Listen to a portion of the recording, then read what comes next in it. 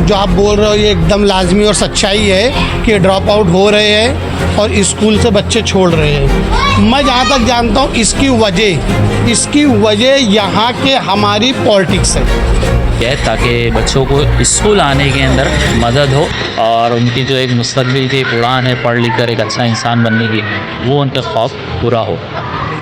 और ये नई बस्ती की एक नई मिसाल होगी। हर घर का बच्चा डॉक्टर होगा, वकील होगा, इंजीनियर होगा, कलेक्टर होगा, यहाँ तक के पुलिस भी होगा। लेकिन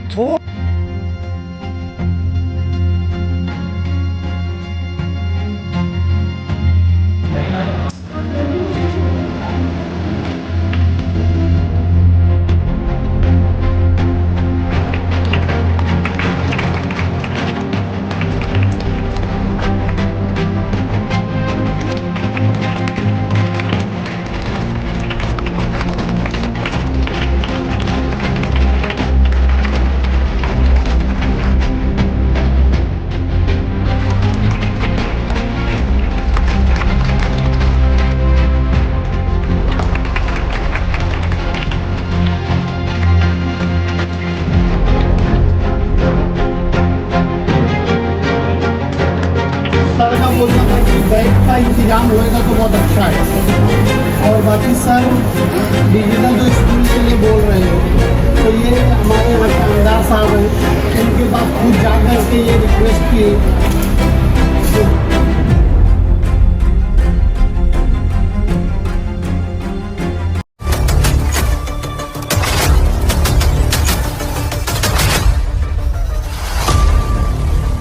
जैसे कि आज नई बस्ती पानी की टाकी 87 नंबर स्कूल है, तो यहाँ पे यहाँ के जो हमारे खिजर सर हैं उनसे पूछा गया, बात हुई थी बैग के बारे में, बैग जैसे डिस्ट्रीब्यूट करना है, तो सर ने बताया था कि 80 से 100 बच्चों के करीब में है यहाँ पे। तो ये बता कि जितने बच्चे हैं सबको दिया जाएगा, पूरे बच्चों को। जो बोल रहा 80 से 100 बच्चे का बोले सर ने, पूरे बच्चों का, किसी को नहीं बचेगा। मतलब ये बैग दे दिया गया है कि जो फ़िलहाल में मौजूद नहीं है वो जब आए तो भी उनको मिल जाए। घर में देखा गया कि अक्सर इस स्कूल में आपका कुछ न कुछ सामाजिक काम यहाँ पर होता है, तो आने वाले दिनों में और क्या यहाँ पर काम होने वाले ये स्कूल की खासियत है। देखिए फॉर्म भाई, आपके जरिए मैं बोलता हूँ, सोहेल भाई है, जैसे हम लोग जो भी प्रोग्राम करे हैं तो इससे पहले कभी इतना ज़्यादा हम लोग को ऐसा रहा नहीं है कि हमको बताना है लोगों को। लेकिन जैसे ये बैग का मसला है कि एक जानते जो ज़रूरतमंद है, गरीब है, तो ही सरकारी स्कूल में पढ़ रहे हैं, तो इसलिए उनको भाई पाई का उनको जो भी है हिसाब का रखना पड़ता है। तो उनके लिए ये सब बहुत बड़ी चीज़ है कि ख़रीद के लाना है। तो कुछ लोग तो नहीं अफोर्ड कर पाते हैं वो चीज़ को।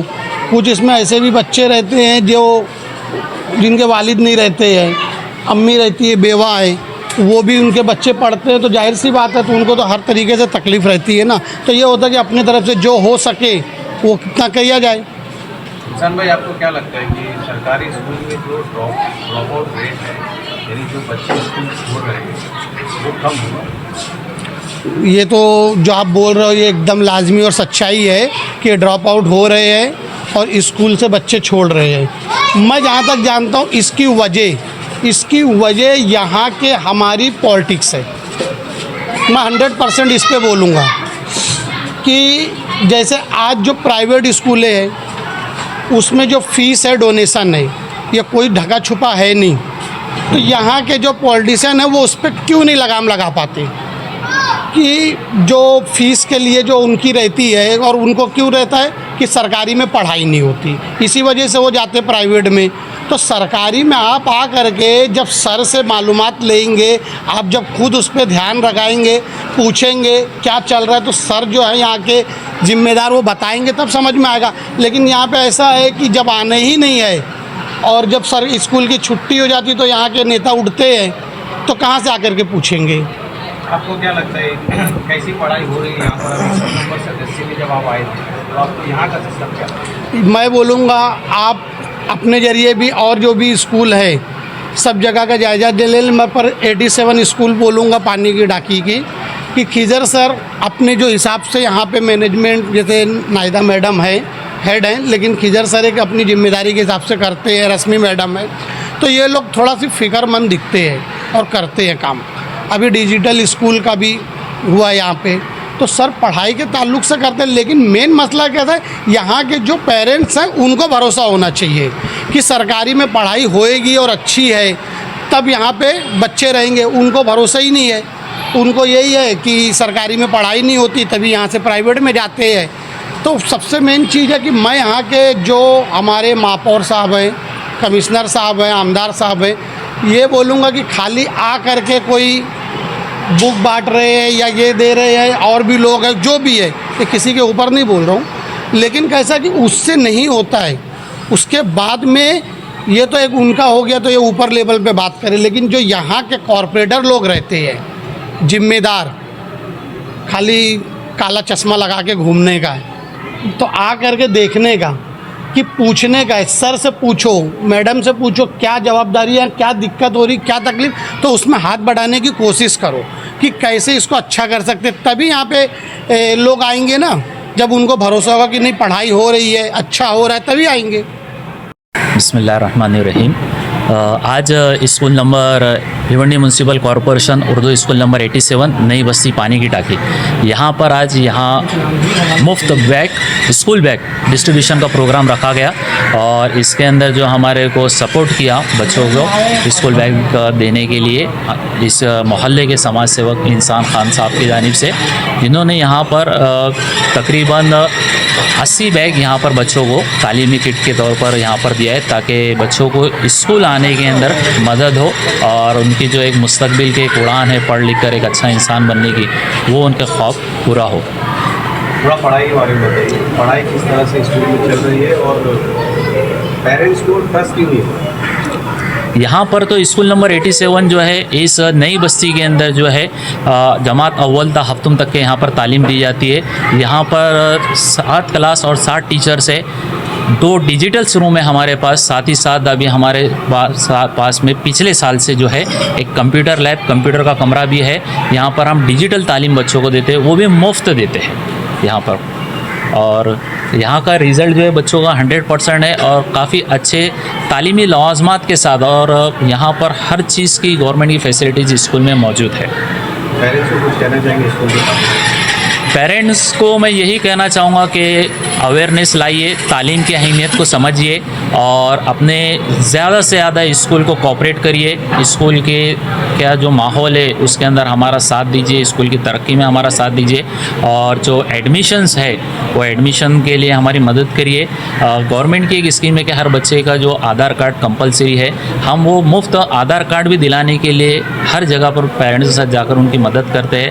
हम हर जगह आपके साथ आने के लिए और आपके कागजात पूरे करने के लिए तैयार है। बस आपसे यही गुजारिश है पेरेंट्स से कि एक भी बच्चा हमारा 6 साल से लेकर 14 साल तक का, चाहे वो लड़का हो या लड़की हो, तालीम से महरूम ना रह पाए। जी, मेरा मैसेज आपके ज़रिए मैं समझता हूँ कि सारी भिवंडी के सरकारी स्कूल को पहुँचे। हम जो पब्लिक है ज़्यादा प्राइवेट स्कूल की तरफ ध्यान देते हैं और वही प्राइवेट स्कूल वाले अपने बच्चे को ट्यूशन पढ़ाते हैं। मैं क्यों नहीं हो सकता, हम गरीब लोग भी कर सकते हैं। पढ़ाई की मुफ्त है हमारे सरकारी स्कूल में। हमारे यहाँ के बच्चे जो पेरेंट्स को मैं एक बात बताना चाहता हूँ आपके ज़रिए कि हमारे जब बच्चे यहाँ से छुट्टी होती है तो पेरेंट्स सिर्फ उनको शाम में 2 घंटा खुद लेके बैठे या कहीं हल्का सा ट्यूशन दे दे।